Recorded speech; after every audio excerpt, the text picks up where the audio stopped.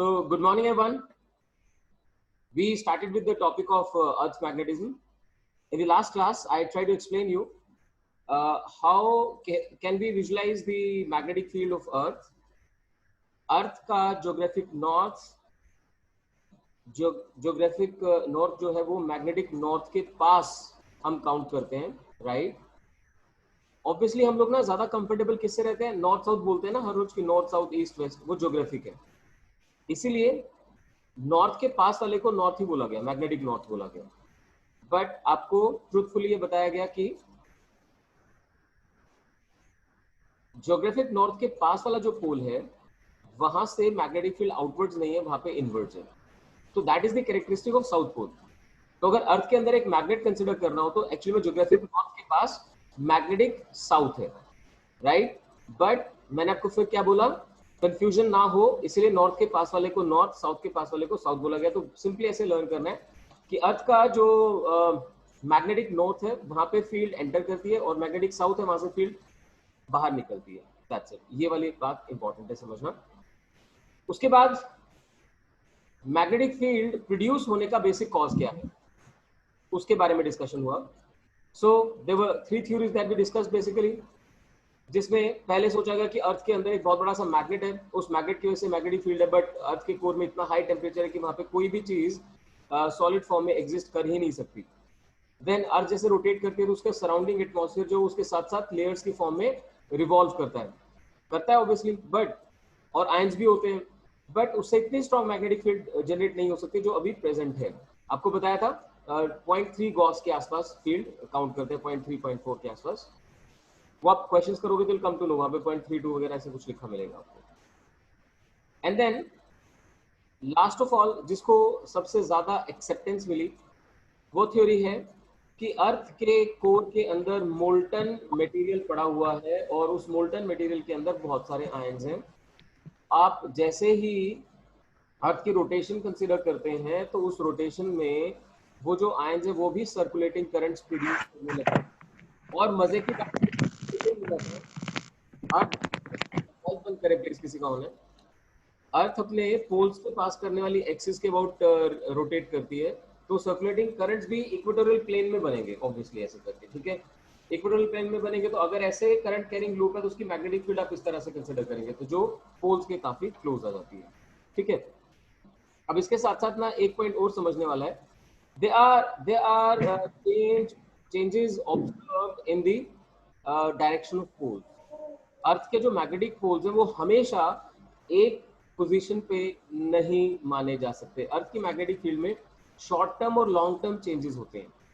Short term changes क्या है? बहुत बहुत मतलब like in a few years, like 10 years 20 years में आपने ऑब्जर्व किया कि जो मैग्नेटिक नॉर्थ या साउथ था वो हल्का सा शिफ्ट हो गया। बट जो लॉन्ग टर्म चेंजेस है जो मतलब बहुत सारे इयर्स के बाद आता है, like century thousands of years के बाद आता है, वो चेंज क्या है कि जो नॉर्थ है वो साउथ बिहेव करने लगेगा और साउथ जो वो नॉर्थ बिहेव करने लगेगा। These are long term changes कि घूमते घूमते घूमते घूमते पोल्स की पोजीशन ही इंटरचेंज हो गई। अब इसका पता कैसे चला ये समझे। आप लोग जानते हैं कि जो लावा निकलता है, लावा कहां से निकलता है? कहां से आता है लावा? आप लोग स्कूल में प्रोजेक्ट्स भी बनाते हैं? हाँ जी, कोई तो बता रहा है वोल्केनो से आता है। तो बहुत सारे एक्टिव वोल्केनोज बने रहते हैं अर्थ के ऊपर ना।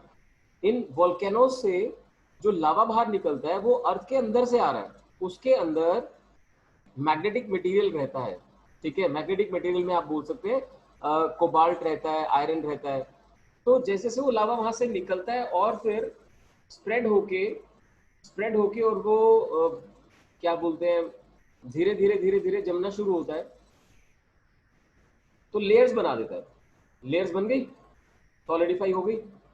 वो सॉलिडिफिकेशन में जो वो आयरन टाइप मटेरियल है, फेरोमैग्नेटिक मटेरियल है, उस भाई सुबह सुबह गाने ना सुना करो।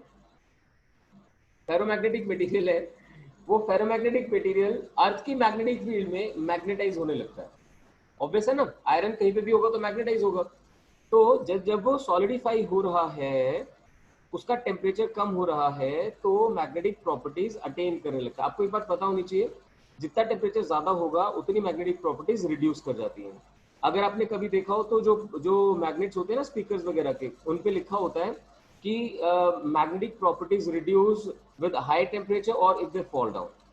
टूटना एक अलग चीज है, नीचे गिरने से डिस्टर्बेंस क्रिएट होती है, टेम्परेचर हाई होने से भी रेंडमनेस क्रिएट होती है, उससे मैग्नेटिक प्रॉपर्टीज कम हो जाती है।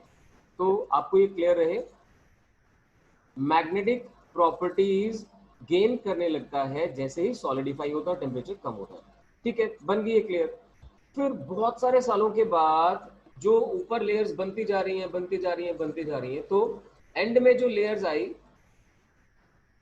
जब तक वो लेयर्स आई तब तक अर्थ की मैग्नेटिक फील्ड रिवर्स हो चुकी है। अगर अर्थ की मैग्नेटिक फील्ड रिवर्स हो चुकी है तो अब जो मैग्नेट बनेगा वो रिवर्स पोलैरिटी के साथ बनेगा। तो ऐसे में अब देखो, ज्ञानी लोग, खोजी लोग कुछ ना कुछ तो निकालते ही हैं।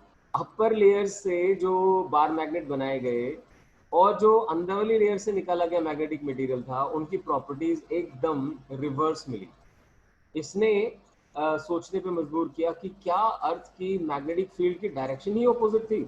And when they came up with more experiments they were sure कि हाँ ऐसा होता है। अर्थ की मैग्नेटिक फील्ड में टेम्पोरल चेंजेस होते हैं, शॉर्ट टर्म चेंजेस होते हैं और लॉन्ग टर्म चेंजेस होते हैं। शॉर्ट टर्म चेंजेस में पोल्स हल्का हल्का शिफ्ट होते रहते हैं और लॉन्ग टर्म चेंजेस में एग्जैक्टली रिवर्स कर लेते हैं। मैंने आपको बताया वो कैसे पता चला, ठीक है, लिखने की जरूरत नहीं है ये सब कुछ। ठीक है, फाइन। अब मेन मुद्दा आता है कि अर्थ में आपने मैग्नेटिक मेरिडियन समझ लिया, ज्योग्राफिक मेरिडियन समझ लिया, magnetic equator, geographic equator, axis किसे कहते हैं, ठीक है। अब बात करते हैं अर्थ की मैग्नेटिक फील्ड को समझने के लिए there are 3 parameters which help us. इनको बोलते हैं मैग्नेटिक एलिमेंट्स ऑफ अर्थ। इसी के ऊपर क्वेश्चन आता है मेनली, तो लिखें मैग्नेटिक एलिमेंट्स ऑफ अर्थ। ध्यान से समझना इनको, magnetic elements of earth. What are magnetic elements of earth? There are 3 parameters, लिखिए। Following 3 parameters,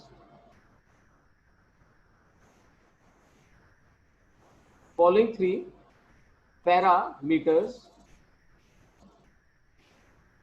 which explain Earth's magnetic field,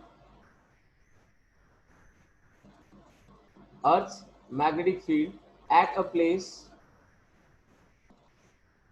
completely।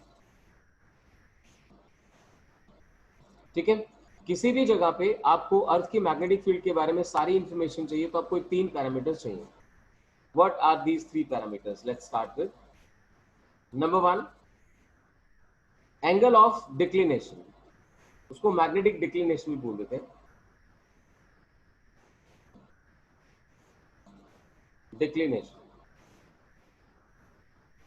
ठीक है, ये बेसिकली एक एंगल है, तो कई बार एंगल ऑफ डिक्लिनेशन बोल देते हैं। हम लोग एंगल ऑफ डिक्लिनेशन को थीटा से रिप्रेजेंट करेंगे। क्या है एंगल ऑफ डिक्लिनेशन? अब जो सारी कहानी है ना वो मैग्नेटिक मेरिडियन और ज्योग्राफिक मेरिडियन के बीच में चलती है। क्यों चलती है? हम लोग जो बचपन से सीखते आए हैं, हमने कभी मैग्नेटिक पोल्स के बारे में तो सुना ही नहीं ज्यादा। हम सुनते हैं sun rises from east and goes to west, है ना, नॉर्थ साउथ डायरेक्शन। तो ये कौन से डायरेक्शन थे? ज्योग्राफिक। इसीलिए मैग्नेटिक को समझने के लिए हम ज्योग्राफिक की हेल्प लेते हैं। तो जो ज्योग्राफिक मेरिडियन है उससे मैग्नेटिक मेरिडियन किसी एंगल पे रहती है, ऐसे करके, ठीक है। तो इनके बीच का जो ये एंगल रहता है इसे हम मैग्नेटिक डिक्लिनेशन कहते हैं। लिख दीजिए, it may be defined as, may be defined as angle between geographic meridian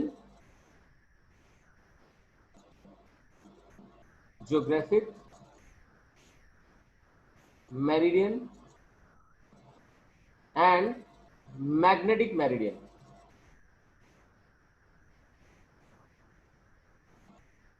and magnetic meridian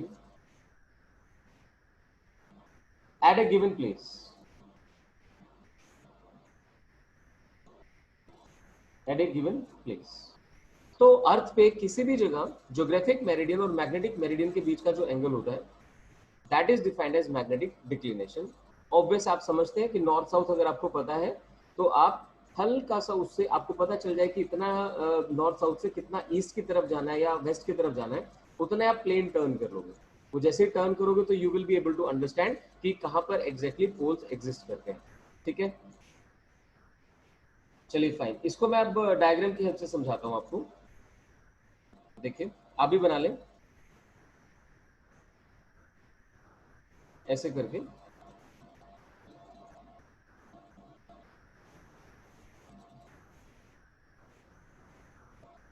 suppose करो ये मैं बैक साइड पे बना रहा हूं, अभी आप देख लेना एक बार, क्लियर हो जाएगा। ये सपोज बैक साइड पे बन रहा है और फ्रंट पे मैंने बना दिया ऐसे करके ये।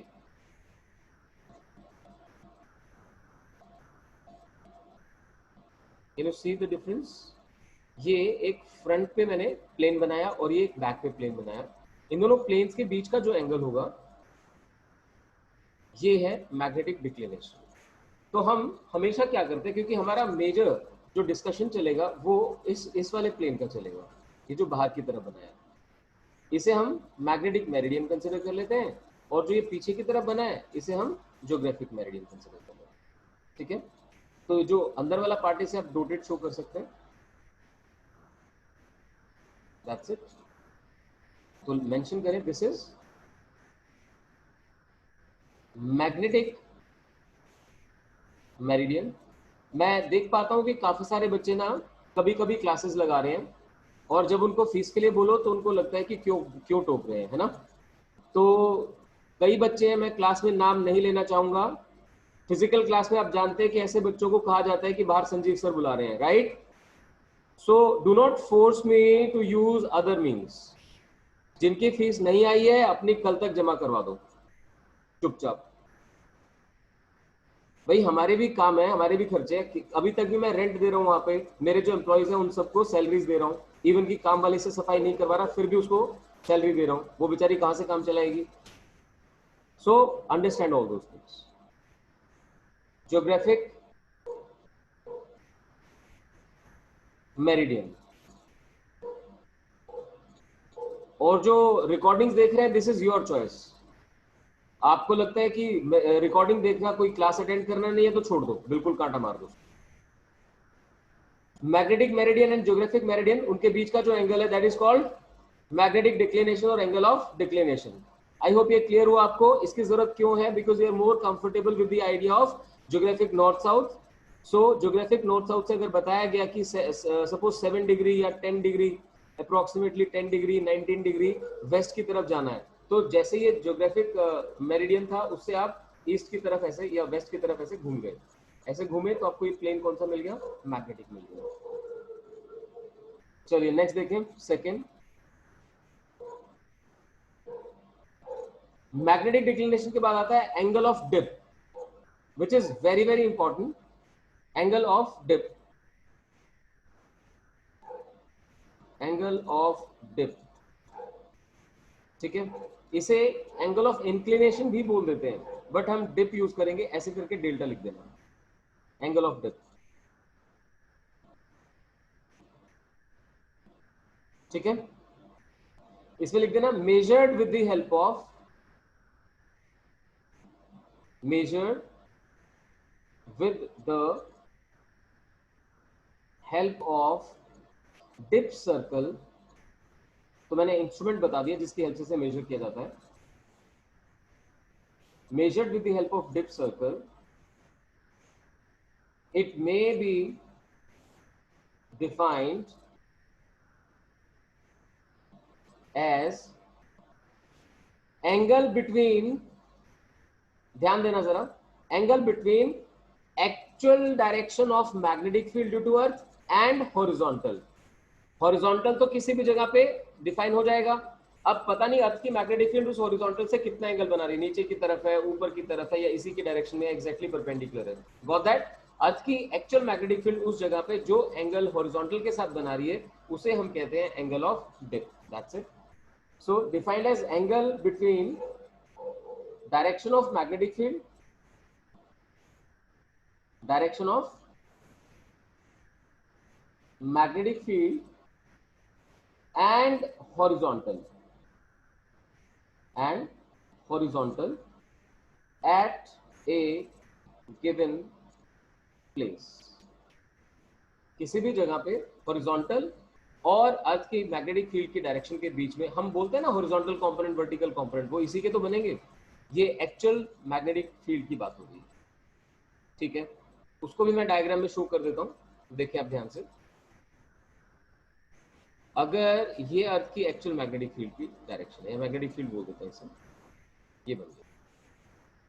सो this is magnetic field of earth. इसका हॉरिजॉन्टल से जो एंगल बनेगा that is called angle of dip. कहाँ पे? हाँ, ये चीज लिखना बहुत जरूरी था. इन द मैग्नेटिक मेरिडियन, तो लिखे एट अ गिवन प्लेस. आपको यहाँ मेंशन करना पड़ेगा angle between direction of magnetic field and horizontal in the magnetic meridian. यहाँ पे मेंशन करना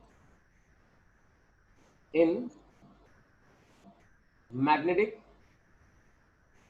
meridian at a given place. इसको अच्छे से हाईलाइट कर लो, इन मैग्नेटिक मेरिडियन. क्योंकि प्लेन तो कोई और भी कंसिडर हो सकता है ना. क्या होता है, अगर आप एक प्लेस पे मैग्नेटिक फील्ड और हॉरिजॉन्टल कंसिडर करना चाहते हो तो एक्चुअल, जैसे आपने इलेक्ट्रिक फील्ड पढ़ा था ना, electric field is directed along the direction where potential reduces at the maximum rate, है ना, जहां पोटेंशियल ग्रेडियंट मैक्सिमम होता है. भाई अगर यहाँ पे पोटेंशियल ग्रेडियंट मैक्सिमम है ऐसे, तो इस डायरेक्शन में भी तो पोटेंशियल ग्रेडियंट है. आप इलेक्ट्रिक फील्ड इधर भी तो सोच सकते हैं. ऐसे ही यहाँ पर अगर मान लो ये मैग्नेटिक मेरिडियन है, एक्चुअल मैग्नेटिक फील्ड इसके अंदर है, कोई बाई चांस इस प्लेन में ना देख के गलती से इधर देख ले, तो मैग्नेटिक फील्ड तो वहां भी मिलेगी उसको, बट वहां पे एंगल सेम नहीं होगा, एंगल डिफरेंट होगा. वो भी हम डिस्कस करेंगे. That is called apparent angle of dip. So when you want to see angle of dip, be very sure that you observe it in magnetic meridian. Got that? ठीक है. So यहाँ आप चाहे तो मैं थोड़ा सा डिप सर्कल के बारे में आपको बता सकता हूँ. डिप सर्कल में क्या करते हैं, अच्छा पहले एक बार यहाँ पे फील्ड्स बना दें. ये जो मैग्नेटिक फील्ड है इसका हॉरिजॉन्टल कंपोनेंट बनेगा जिसे हम BH लिख देते हैं, मैग्नेटिक फील्ड हॉरिजॉन्टल कंपोनेंट, और इधर बनेगा वर्टिकल जिसे आप BV लिख देते हैं, वर्टिकल. ठीक है, दैट्स इट. अब मैं डिप सर्कल की कहानी आपको बता रहा था. डिप सर्कल में क्या करना होता है, एक्चुअल मैग्नेटिक फील्ड की डायरेक्शन आपको ऑब्जर्व करनी है. तो आपने सपोज करो कि एक बार मैग्नेट हैंग किया, उस बार मैग्नेट ने अपने आप को इस डायरेक्शन में अलाइन कर लिया, तो मतलब क्या हो गया, ये आपको मैग्नेटिक मेरिडियन मिल गया मैग्नेटिक मेरिडियन. अब आप एक वर्टिकल सर्कल लेते हैं, क्योंकि मैग्नेटिक फील्ड तो ऐसे देखनी है ना कहाँ जाएगी उस प्लेन के अंदर. ये बात क्लियर है. तो मैग्नेटिक मेरिडियन जो आपको मिल गया, वहां पर एक वर्टिकल सर्कुलर लूप रखा जाएगा जिसके अंदर मैग्नेटिक कंपास ऐसे मूव कर सकती है. नॉर्मली आपने मैग्नेटिक निडल को कैसे देखा है, ऐसे रखा यहाँ पे और वो अपने आप को नॉर्थ साउथ में अलाइन करेगी. लेकिन मैग्नेटिक मेरिडियन आइडेंटिफाई करने के बाद आप ऐसे करके वर्टिकल प्लेन में एक मैग्नेटिक निडल कंसीडर करते हैं. अगर मैग्नेटिक फील्ड है ही हॉरिजॉन्टल, जैसा कि इक्वेटर पे होता है, तो वो अपने आप को हॉरिजॉन्टली अलाइन करेगी. अगर पोल्स पे चले गए तो मैग्नेटिक फील्ड वर्टिकल होती है, तो वो अपने आप को वर्टिकल अलाइन कर लेगा. लेकिन बाकी सब जगह तो इसके बीच के एंगल बनेंगे ना. अगर मैं ध्यान देना, अगर मैं सदर्न हेमिस्फीयर की बात करूं, वहां पे फील्ड बाहर निकलती है, तो उसमें ये ऊपर की तरफ बनेगा. इसे नेगेटिव डिप कहा जाता है. ध्यान देना, नेगेटिव डिप. इसके ऊपर मेडिकल में last to last year question आया था. लास्ट टू लास्ट ईयर नहीं, लास्ट ईयर, क्योंकि ये साल का तो एग्जाम अभी तक हुआ ही नहीं. ठीक है. अब क्या होगा, जो नॉर्दर्न हेमिस्फीयर है उसमें मैग्नेटिक फील्ड नीचे की तरफ होती है, तो वहां पे ऐसे नीचे की तरफ होता है और उसे हम पॉजिटिव डिप कहते हैं. ठीक है, होप दैट इज क्लियर. तो डिप सर्कल पूरा पढ़ाना आपके सिलेबस में नहीं है, सिर्फ आपको पता होना चाहिए. It is used to measure the angle of dip. And how does it work? You first find magnetic meridian by suspending a bar magnet. Then you align the dip circle in that direction. Magnetic needle या compass बोल सकते हैं, that can move in the vertical plane. So it aligns itself in the exact direction of Earth's magnetic field. ठीक है. So measured with the help of dip circle, it may be defined as the angle between direction of magnetic field and horizontal in magnetic meridian at a given place. अब जरा values लिख लेते हैं, लिखिए जरा star mark करके. Delta is equal to 0 कहां पर होगा बताइए जरा, and delta is equal to 90 degree, ये कहां होगा? दोनों वैल्यूज बताइए मुझे. एंगल ऑफ डिप की वैल्यू 0 कहां पर होगी और 90 कहां पर होगी? रेज हैंड और speak out. Come on quick. Anyone? अरे अभी भी तो समझाया था. ऐसे समझो बच्चों, एंगल ऑफ डिप किसके साथ देखना है ये तो बताओ. चलो, एंगल ऑफ डिप कौन से डायरेक्शन के साथ देखना है? अरे क्या बात, सो गए क्या? एंगल ऑफ डिप कौन सी डायरेक्शन के साथ देखना है? हॉरिजॉन्टल. ठीक है Priya, very good. Angle of dip is to be seen with horizontal. हाँ रिया, सही आंसर है आपका. अब हॉरिजॉन्टल का मतलब समझिए. अर्थ जो है, अर्थ को आप ऐसे कंसिडर कर सकते हैं. बिल्कुल, ये बन गई. अब माय डियर, इस पे यहां पर ये हॉरिजॉन्टल है, यहां पर ये हॉरिजॉन्टल है, यहां पर ये हॉरिजॉन्टल है. समझ लो. तो जब मैग्नेटिक फील्ड देखी जाती है तो ऐसे करके पास करती है, यहां से पास करती है ऐसे, तो इसके पैरेलल होती है. ये डायग्राम कल बनाया था. पैरेलल होती है तो यहाँ ये जो है इक्वेटोरियल प्लेन, इसके ऊपर मैग्नेटिक फील्ड हॉरिजॉन्टल होती है, और जो पोल्स हैं वहां पे सीधी आती है, या तो इनवर्ड्स या आउटवर्ड्स. तो पोल्स के ऊपर मैग्नेटिक फील्ड वर्टिकल होती है. तो बस यही तो देखना था. तो इक्वेटर पे 0, हाँ जयंत बहुत बढ़िया, और पोल पे 90 डिग्री. सिर्फ क्रैमिंग करके काम नहीं चलेगा. ये जो डायग्रामेटिक चीज मैंने बताई ये आपके दिमाग में बैठनी चाहिए. क्यों पढ़ रहे हो फिर फिजिक्स, है ना? तो अर्थ को एक ग्लोब की तरह कंसिडर करो. उस ग्लोब में इक्वेटर जहां पे आती है वहां पर पैरेलल टू हॉरिजॉन्टल होता है, तो डिप एंगल 0 बन जाता है, और पोल्स के ऊपर परपेंडिकुलर होता है, वहां डिप एंगल 90 बन जाता है. तो ये कहां पर है? Equator. This is at equator. Magnetic field is horizontal, क्योंकि मैग्नेटिक फील्ड इज हॉरिजॉन्टल, और ये होता है पोल्स के ऊपर, बिकॉज वहां पर magnetic field is vertical. That's it. आसान है, आगे समझने. चलिए, हाँ एक और बात का ध्यान रखना, स्टार मार्क करके फिर से लिख दीजिए. In northern hemisphere, in northern hemisphere where magnetic field is, बताएं जरा, नॉर्दर्न हेमिस्फीयर में मैग्नेटिक फील्ड आउटवर्ड्स है या इनवर्ड्स है? Come on, right in the chat box और स्पीक अप. नॉर्दर्न हेमिस्फीयर में मैग्नेटिक फील्ड इनवर्ड्स है या आउटवर्ड्स है? बहुत बढ़िया अंकिता, इट इज इनवर्ड्स. ठीक है, तो अगर आपको याद है अभी भी थोड़ी देर पहले मैंने बताया था इनवर्ड्स है, तो वहां पर आप डिप एंगल को पॉजिटिव बोलेंगे या नेगेटिव बोलेंगे? लीना कोशिश करो आंसर करने की, अभी थोड़ी देर पहले मैंने बताया था. सही आंसर है सभी का कि नॉर्दर्न हेमिस्फीयर के अंदर मैग्नेटिक फील्ड इनवर्ड्स होती है. सिमरन बहुत बढ़िया, शाबाश. नॉर्दर्न हेमिस्फीयर में where magnetic field is inwards, excellent, मजा आ गया, is inwards, dip angle is positive.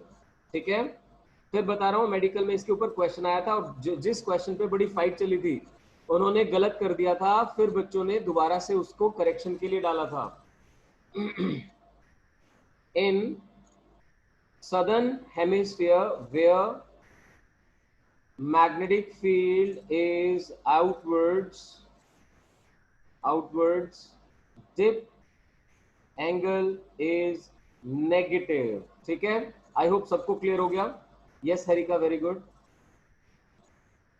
चलिए फाइन. सो ये कहानी थी एंगल ऑफ डिप की, और ये सब चीजें ना इसके ऊपर डिपेंड करती हैं, इसके ऊपर डिपेंड करती है. बच्चे बड़ी आसानी से कर रहे थे इस टॉपिक को हर साल, कोई खास बात नहीं है. बस क्लैरिटी एक चीज की चाहिए कि सर ये ज्योग्राफिक मेरिडियन और मैग्नेटिक मेरिडियन का फंडा क्या है, वो मैंने आपको समझाया. हम लोग ज्योग्राफिक मेरिडियन से ज्यादा कंफर्टेबल है, बचपन से सुनते आ रहे हैं. सन का राइज और सनसेट होना, ये सब चीजें हम इससे जोड़ के रखते हैं. लेकिन अगर बार मैग्नेट को हैंग करे तो वो इस प्लेन में नहीं जाता, इसके किसी एंगल पे किसी प्लेन में बनता है. तो बस उस प्लेन को मैग्नेटिक मेरिडियन बोल देते हैं. ये जो मैग्नेटिक मेरिडियन बन गया, एक्चुअल मैग्नेटिक फील्ड इसी में होती है, तो इसीलिए डिप एंगल यहीं पे देखा जाता है. That's all. तो ज्योग्राफिक और मैग्नेटिक के बीच का जो एंगल है वो क्या बन गया? एंगल ऑफ डिक्लिनेशन, इसको बोलते हैं एंगल ऑफ इंक्लिनेशन या एंगल ऑफ डिप, राइट। चलो, अब अर्थ की मैग्नेटिक फील्ड को आप रिजॉल्व करोगे तो वर्टिकल और हॉरिजॉन्टल दोनों कंपोनेंट्स मिलेंगे, इनमें से एक ही सफिशिएंट है। हम horizontal component of earth magnetic field को अपना थर्ड पैरामीटर बना के चलते हैं। लिखिए जरा, थर्ड पैरामीटर आपका horizontal component of earth magnetic field, horizontal component of Earth's magnetic field. जैसा नाम से ही क्लियर है, कुछ लोग इसको डायरेक्टली H लिख देते हैं, मैंने मैग्नेटिक फील्ड का हॉरिजॉन्टल BH करके लिख दिया, एक ही बात है, ठीक है। H मिले या BH मिले, उसको एक ही चीज समझना। अब ध्यान रहे, ये हॉरिजॉन्टल डायरेक्शन में अर्थ की मैग्नेटिक फील्ड का कंपोनेंट है, लेकिन कौन से प्लेन के अंदर? मैग्नेटिक मेरिडियन के अंदर। वो बात ध्यान से समझ लेना। लिखिए, it may be defined as the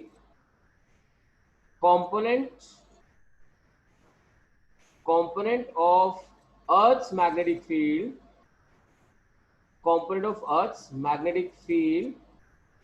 along horizontal in magnetic meridian। तो मैं फिर बोल रहा हूं, जो बच्चा मैग्नेटिक मेरिडियन से कंफर्टेबल नहीं होगा, जिसको ये नहीं पता होगा कि मैग्नेटिक मेरिडियन की बात क्यों कर रहे हैं, उसके लिए सब कुछ फॉल्स हो गया।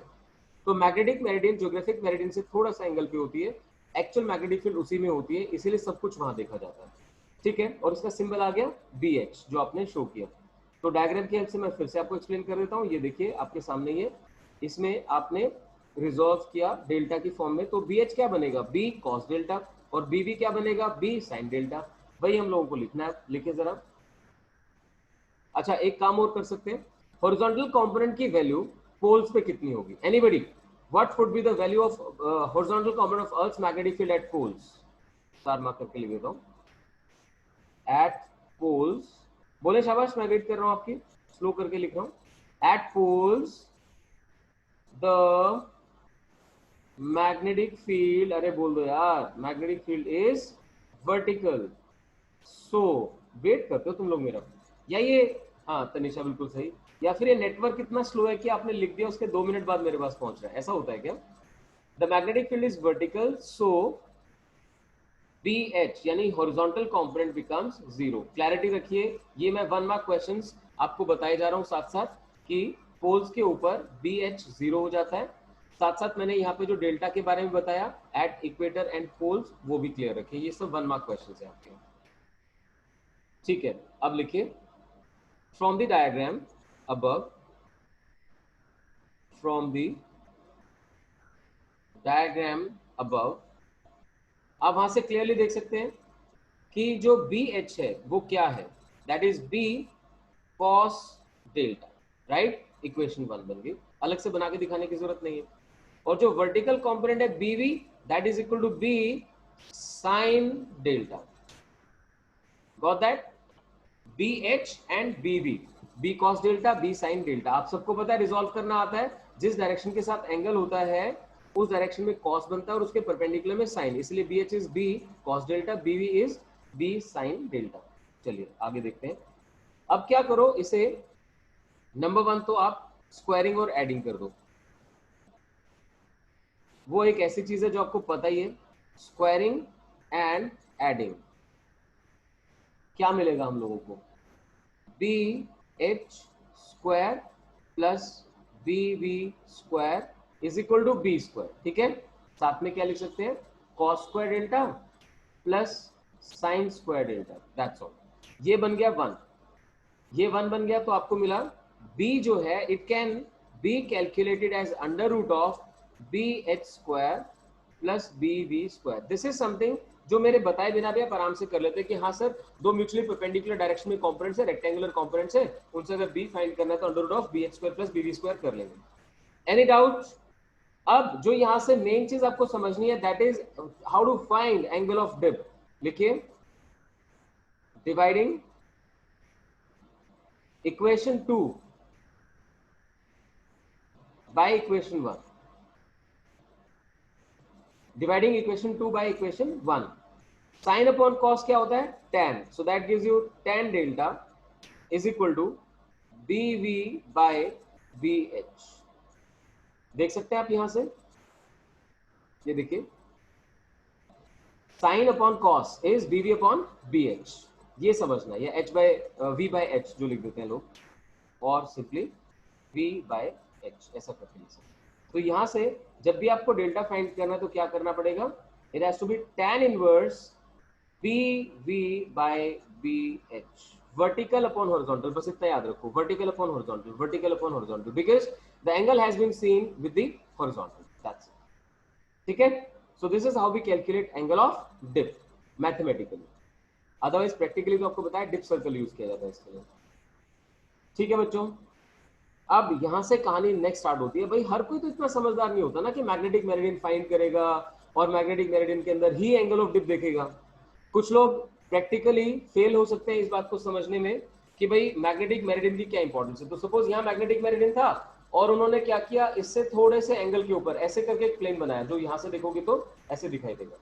ऐसे कर, ये मैग्नेटिक मेरिडियन है और ये कोई और प्लेन बना लिया. ऐसा नहीं कह रहा ज्योग्राफिक मेरिडियन है, कोई भी प्लेन हो सकता है, क्योंकि यहाँ पे इनफाइनाइट नंबर ऑफ प्लेन्स बनाए जा सकते हैं. तो किसी भी प्लेन में अब वो फाइंड करना चाहता है, मतलब या उसने गलती से फाइंड कर लिया एंगल ऑफ डेप्थ, तो उसको बोलते हैं एपरेंट एंगल ऑफ डेप्थ. लिखे मेरे साथ, इंपॉर्टेंट टॉपिक है, क्वेश्चन आता है इसके ऊपर. Apparent angle of depth, apparent angle of depth. Normally हम इसे डेल्टा डैश से रिप्रेजेंट कर देते हैं. ठीक है. इसका मतलब क्या है? लिखिए, angle of dip, angle of dip in certain other plane then magnetic meridian,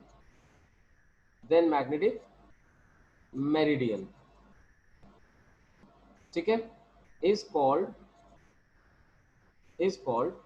apparent angle of dip, delta dash. ठीक है. तो इसको मैं डायग्रामेटिकली आपको एक्सप्लेन करके बताता हूं. देखिए ध्यान से, आप पहले तो मैग्नेटिक मेरिडियन बना लीजिए. ये सपोज हमारा बन गया मैग्नेटिक मेरिडियन. बनाए आप डायग्राम मेरे साथ साथ, क्योंकि सारी कहानी तो मैग्नेटिक से चलनी है. ये बन गया मैग्नेटिक मेरिडियन. Got it. अब इसके पीछे ध्यान दीजिए, मैं ज्योग्राफिक मेरिडियन नहीं बना रहा हूं, मैं कोई भी प्लेन बना रहा हूं ऐसे करके. ये एक प्लेन बना दिया हमने इसके पीछे ऐसे करके, पीछे छुपा हुआ है इसलिए इतना ही सफिशिएंट है. ठीक है. अदरवाइज आप देख सकते हैं ऐसे करके आएगा और फिर यहां से ऐसे आएगा. ये हिडन प्लेन बना दिया आपने एक इसके पीछे ऐसे करके.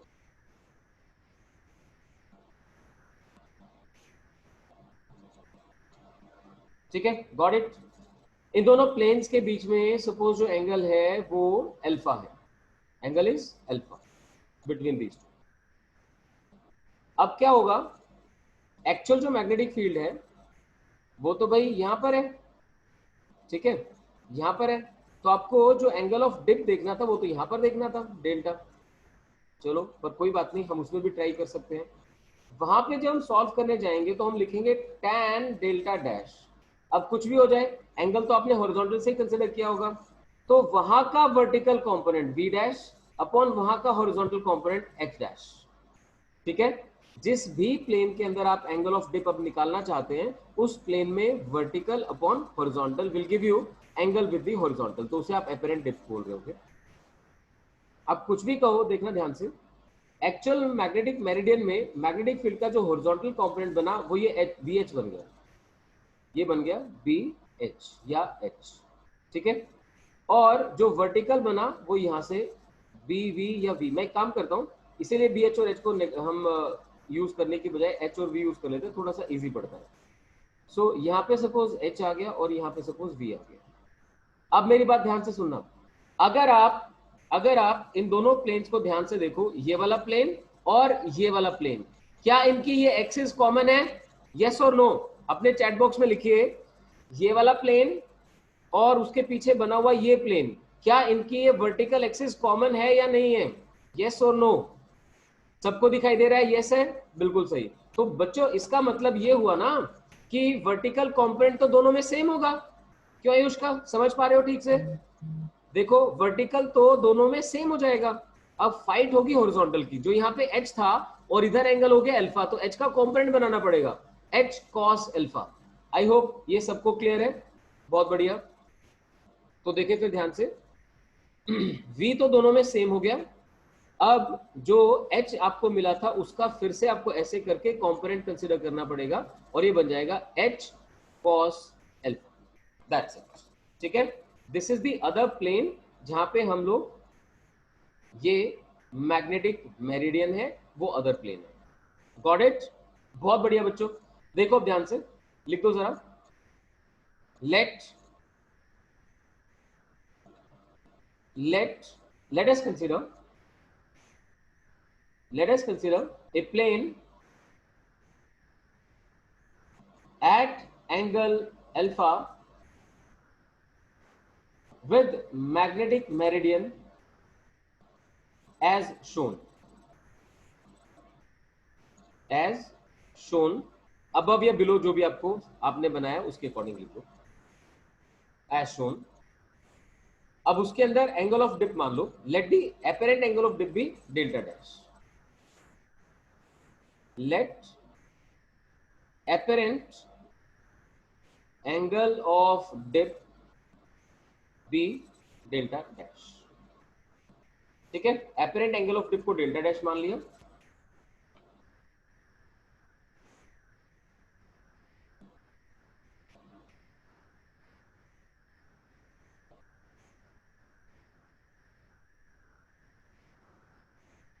लिखें कंप्लीट लिखें।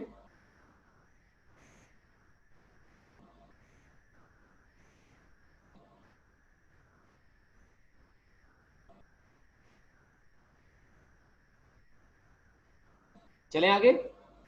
सो देखो हमने एक प्लेन कंसिडर किया, मैं इसलिए रुका हूं कि ये आपने डायग्राम भी बना लिया होगा साथ साथ। तो मैग्नेटिक मेरिडियन और उसके साथ एक प्लेन बनाया एट एन एंगल अल्फा, हमने मेंशन कर दिया। उस प्लेन के अंदर एंगल ऑफ डिप को मान लिया डेल्टा डैश।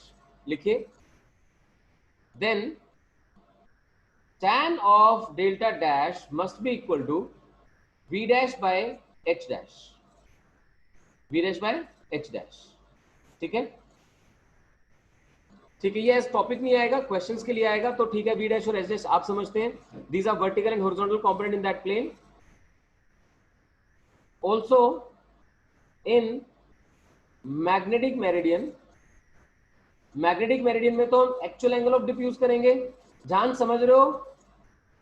ध्यान से सुनो, अगर हम कोई और प्लेन कंसिडर करते हैं, वहां पे angle of dip delta dash था, वर्टिकल अपॉन हॉरिजॉन्टल, वहां का vertical v dash, horizontal h dash. और अब जो प्लेन आप कंसिडर कर रहे हैं मैग्नेटिक मेरिडियन वाला, उसके अंदर tan delta is equal to क्या होता है, v बाय h होता है। ठीक है, अब देखो h डैश क्या होता है, h डैश बन गया कंपोनेंट ऑफ h। देखो component of h in that plane, तो मैं यहां पे लिख देता हूं, this is basically h dash, और v डैश जो है that is equal to v। Diagram से क्लियर हो गया? h dash becomes equal to h cos of alpha, hence tan of delta dash becomes equal to v as it is upon h cos alpha, v as it is upon h cos alpha। ठीक है, अब आप देखते हैं v by h तो tan delta है, इसको use कर देते हैं। इसको यूज करेंगे तो tan डेल्टा डैश क्या बन जाएगा, tan delta upon cos of alpha. So this was the equation जो हमें डिराइव करनी थी, समझना था। मैं कंप्लीट एक्सप्लेन करता हूं आपको दोबारा से, ध्यान दीजिए।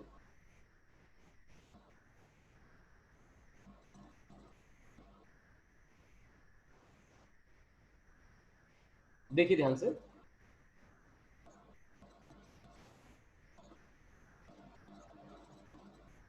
ठीक है, प्लेन्स कंसिडर किए, यहां पर tan delta is v bye h, यहां पर जो tan डेल्टा डैश होगा इसके अंदर that will be v dash by h dash. v dash तो v के इक्वल है और h dash h cos alpha के इक्वल है। तो आपने यहां पे पुट किया कि tan डेल्टा तो v बाय h आ गया, tan delta dash v dash by h dash था, v dash is equal to v put किया, h dash is equal to h cos alpha put किया। फिर देखा v बाय h को तो tan डेल्टा पुट कर सकते हैं, so tan delta dash is equal to tan delta by cos alpha. अब इसको फॉर्मूले को याद करना है आपने ठीक से। अगर एक्चुअल मैग्नेटिक मेरिडियन के अंदर जो एंगल ऑफ डिप है वो डेल्टा है, तो अल्फा एंगल पे जो प्लेन है उस प्लेन के अंदर डेल्टा डैश है, तो रिलेशन क्या है, tan delta dash is equal to tan delta by cos alpha. I hope ये क्लियर हो गया ठीक से आपको। आगे बढ़ते हैं। अब इसी के ऊपर एक लास्ट डेरिवेशनल पार्ट है। क्या किया किसी ने, जो एक्चुअल मैग्नेटिक मेरिडियन थी उसके अराउंड दो प्लेन्स कंसीडर किए, ध्यान से देखना, एक प्लेन ऐसे और एक इसके परपेंडिकुलर। तो दो प्लेन्स कंसीडर किए विच आर म्यूचुअली परपेंडिकुलर। एक के अंदर एंगल ऑफ डिप डेल्टा 1 आ गया, दूसरे में एंगल ऑफ डिप डेल्टा 2 आ गया। तो उसकी हेल्प से actual angle of dip find out करना है। मतलब ये क्या कहानी है कि किसी को यही नहीं समझ में आ रहा कि भाई हम मैग्नेटिक मेरिडियन कहां पर कंसीडर करें। तो उसने क्या जुगाड़ लगाया, उसने दो म्यूचुअली परपेंडिकुलर डायरेक्शंस में डेल्टा निकाल लिए, डेल्टा 1 और डेल्टा 2। अब उसकी हेल्प से एक फॉर्मूला डिराइव हो जाता है जिससे आप एक्चुअल एंगल ऑफ डिप निकाल सकते हैं। ठीक है, तो लिखिए जरा next part. To show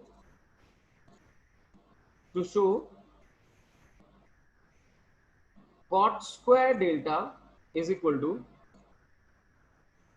cot square delta 1 plus cot square delta 2,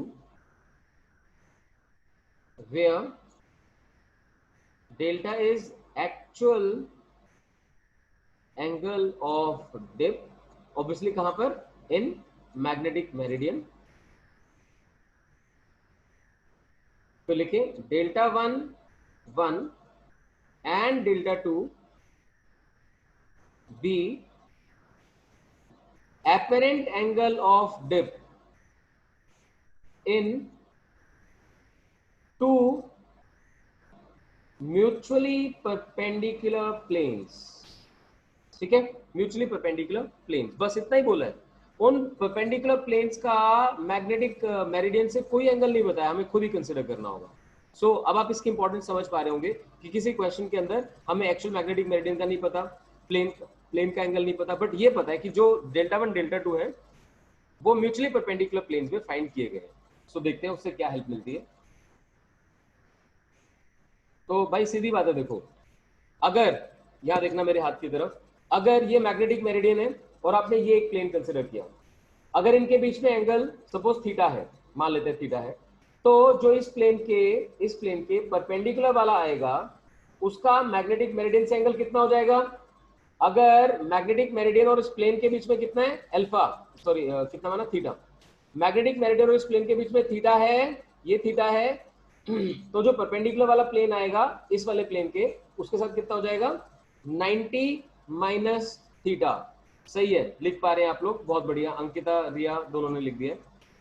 तो मैं यहाँ पे समझाने के लिए बना भी देता हूँ कि देखो आप जो देख पा रहे हैं ये एक्चुअल मैग्नेटिक मेरिडियन है। सपोज ये एक प्लेन है और इसके परपेंडिकुलर ये दूसरा प्लेन है, ये मैग्नेटिक मेरिडियन है, यहाँ पे एंगल थीटा, तो ये एंगल कितना, 90 माइनस थीटा, दैट्स इट। इसके अंदर जो एंगल ऑफ डिप है वो डेल्टा है, इसके अंदर डेल्टा 1 है, इसके अंदर डेल्टा 2 है। ठीक है, ये मैंने 3 प्लेन बना दिए। तो लिखिए, हम जानते हैं भाई tan डेल्टा 1 क्या आएगा, अभी भी सीखा हमने, tan delta upon cos of theta.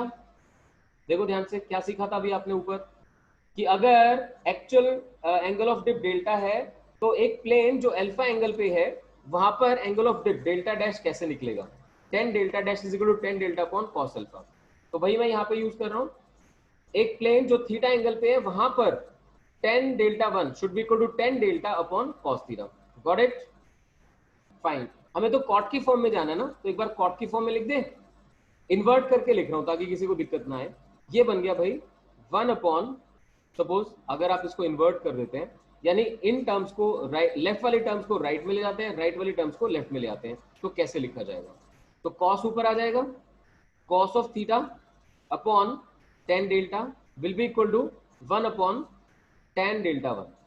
ठीक है, इसे आसान करके तो नहीं लिख सकता, लेफ्ट वाली टर्म को राइट ले गया, राइट वाली को लेफ्ट ले गया, तो 1 अपॉन 10 को कॉट कहते हैं। तो ये बन गया cot of delta into cos of theta, cot delta into cos theta is equal to cot of delta 1। ये बन गई equation 1। If anybody is having doubt kindly raise hand. ठीक है, ये आप लिख देते हैं इन प्लेन 1, ये 1 प्लेन है और ये 2 इन प्लेन 1। फिर लिख देते हैं इन प्लेन 2, वहां पे एंगल है भाई 90 माइनस थीटा, ध्यान रखना। तो tan delta 2 will be equal to tan delta upon cos of 90 minus theta. So tan delta 2 is equal to tan delta upon sin theta. कृपया साथ साथ लिखते जाएं। आज से मैं एक नई चीज शुरू कर रहा हूं, +1 में मैंने स्टार्ट की तो मुझे अच्छा रिजल्ट मिला है। Everyone after finishing the class is going to send me the PDF of what they have done during the class। आगे समझने बात, 2 मिनट की प्रोसेस है। अपनी कॉपी के पेजेस फटाफट क्लिक करो, क्लिक करके उनकी PDF बना के मुझे भेजो क्लास के बाद एग्जैक्टली। और ये काम बिना रुके हर रोज करना है, मुझे उसे देखना है कि किसने क्या क्या किया। Got that? जो लोग वीडियो रिकॉर्डिंग सुन रहे हैं ये उनके लिए भी है। As you listen to video recording and you make your notes, you're supposed to click those notes and send me the PDF, do not forget। चलिए, इसके बाद का स्टेप क्या हो जाएगा? इन्वर्ट करेंगे तो देखो जैसे यहां पे आया था वैसे क्या होगा, cot of delta into sin of theta, right, will be equal to cot of delta 2। ये बन गई इक्वेशन 2। स्क्वायरिंग और एडिंग कर दो, मैं तब तक आपकी अटेंडेंस करता हूं। सो जैसे ये वाला क्वेश्चन हम लोगों ने किया, इस क्वेश्चन में आपको समझाया गया, देखिए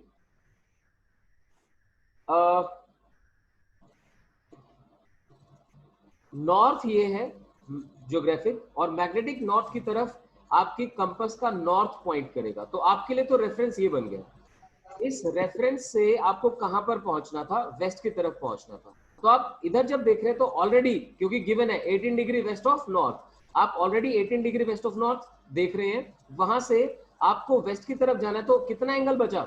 90 माइनस 18 दैट इज 72। तो आपको जहां पे मैग्नेटिक कंपास शो कर रही है उसे 72 घूमना है और सीधे चलते जाना है। That's it. नेक्स्ट क्वेश्चन जो किया हमने वो ये था, we have to reach 15 degree south of west. आप देख सकते हैं वेस्ट है, वेस्ट से 15 डिग्री साउथ पे एक पॉइंट है जहां पे आपको पहुंचना है। And given that declination is 10 degree west of north, declination is 10 degree west of north. यानी जब आप मैग्नेटिक कंपास यूज करेंगे तो मैग्नेटिक कंपास इस डायरेक्शन में पॉइंट करेगी। ठीक है, ये हमारा रेफरेंस पॉइंट बन गया। पहुंचना कहां है? इधर पहुंचना है। तो मैंने क्या किया, यहां से ये टोटल एंगल देखा। टोटल एंगल कितना बन गया? 90 प्लस 15 दैट इज 105। और ऑलरेडी आपका रेफरेंस पॉइंट यहां से 10 डिग्री लेफ्ट में है, तो एक्चुअल एंगल जो आपको ट्रेवल करना है वो कितना बन गया? वो बन गया 105 माइनस 10 दैट इज 95 डिग्री। तो आप मैग्नेटिक कंपास का नॉर्थ जहां पॉइंट कर रहा है वहां से 95 डिग्री वेस्ट ऑफ नॉर्थ चलना शुरू करेंगे, then you will reach at the right place. I hope ये सारी बातें आपको समझ में आई। अब मैं कुछ बच्चों के डाउट्स ले लेता हूं, बाकी जा सकते हैं।